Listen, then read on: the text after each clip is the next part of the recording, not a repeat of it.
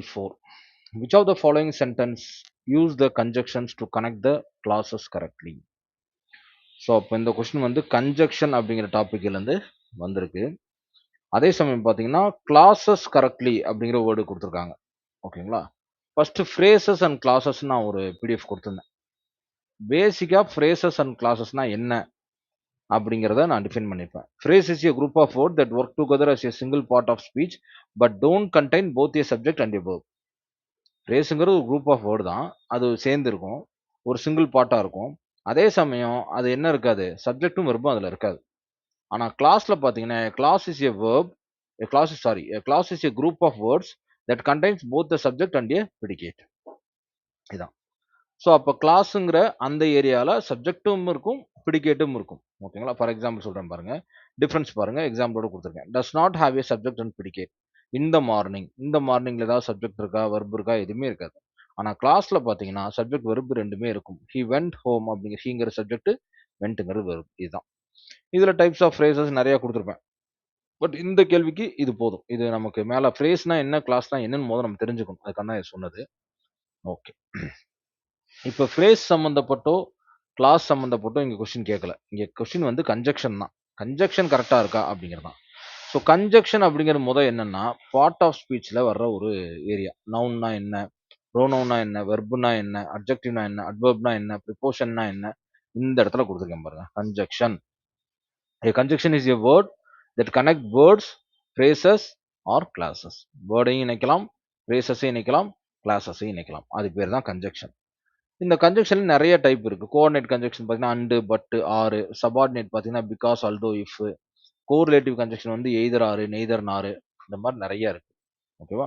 இதுதான் conjunction. First அண்டுனா என்ன, பட்டுனா என்ன, ஆறுனா என்ன, பிகாஸ்னா என்ன, ஆல்தோனா என்ன, இஃப்னா என்ன, எய்தர்னா என்ன, நெய்தர் நார்னா என்னங்கிறது நம்ம தெரிஞ்சிருக்கணும். கண்டிப்பா தெரிஞ்சிருக்கணும். ஓகேவா? ஃபர்ஸ்ட் இப்போ கன்ஜக்ஷன்னா ஒரு ஃப்ரேஸையோ அல்லது ரெண்டு வேர்ட்ஸையோ இல்லை ரெண்டு கிளாஸையோ சேர்க்கறது பேர் தான் கன்ஜக்ஷன். ஓகேவா? ஓகே. இப்போ கொஸ்டினுக்கு வந்துடலாம் நம்ம. இப்போ கரெக்டா ரிலேட் ஆயிருக்க கன்ஜக்ஷன் எதுன்னு நம்ம கண்டுபிடிக்கணும். ஓகேவா? ஃபர்ஸ்ட் பாருங்க, கன்ஜக்ஷனுக்கு ஒரு பேசிக் ரூல் இருக்கு. என்னன்னா ஒரு வேர்டு தான் வரும் கன்ஜக்ஷனே ஃபர்ஸ்ட். ஓகேவா?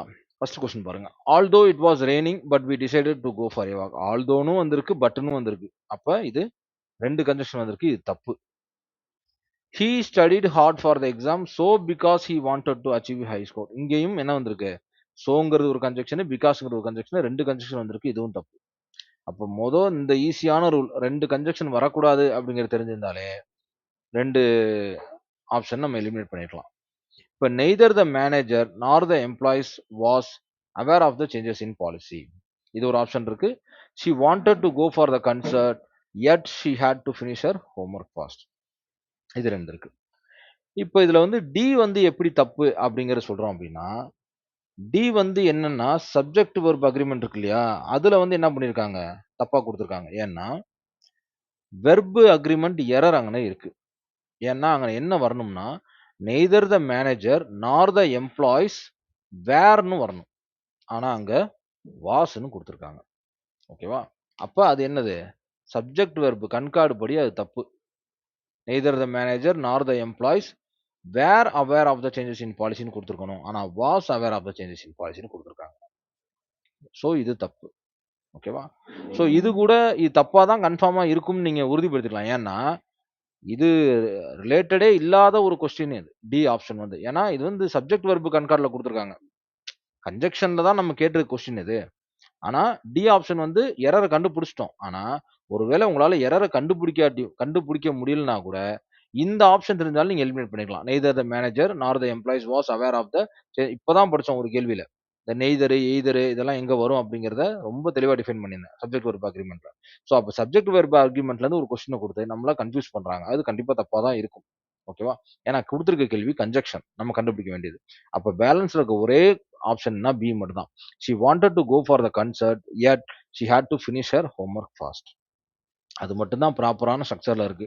ஒரே ஒரு கன்ஜெக்ஷன் வேர்டு இருக்கு, அதுவும் கரெக்டா சென்டர்ல இருக்கு, இருக்க வேண்டிய இடத்துல இருக்கு. ஓகேவா? மீதி எல்லாமே என்ன செஞ்சிடலாம், தப்புங்கன்னு நம்ம கண்டுபிடிச்சிடலாம். நான் ஆல்ரெடி கிராமர் பார்ட்ல நிறைய சொல்லியிருக்கேன். ஸ்ட்ரக்சரை தெளிவா மனப்பாடம் பண்ணுங்க. ஸ்ட்ரக்சர் இப்படிதான் அப்படிங்கிறது தெரிஞ்சிச்சுன்னா ஈஸியா நம்ம ஆப்ஷனை எலிமினேட் பண்ணி ஆன்சர் கொண்டு வந்துடலாம். ஓகேவா?